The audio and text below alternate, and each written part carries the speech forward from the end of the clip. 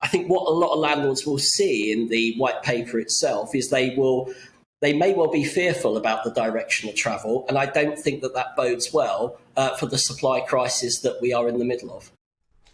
Ben, let's just drill down a little bit. We're both digesting the white paper still. It's quite a hefty document, as these policy papers often are.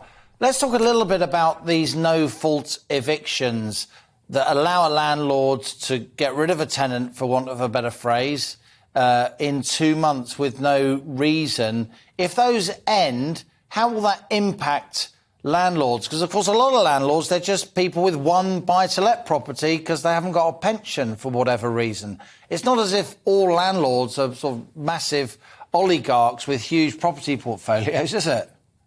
No, exactly right. And that is exactly the mantra that we very much believe in. I think what I would say on no-fault evictions is just because the landlord doesn't have to give a reason doesn't mean there isn't one.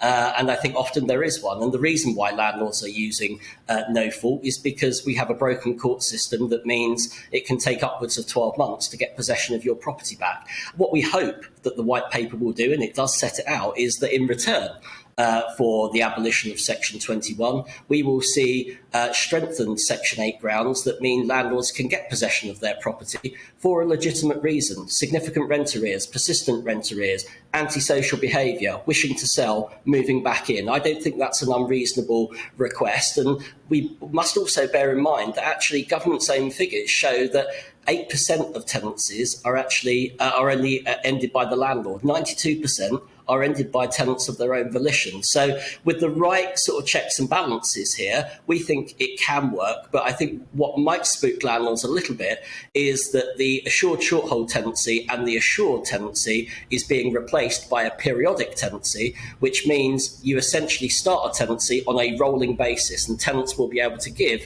2 months' notice at any time. That will disrupt the market a little bit, we think.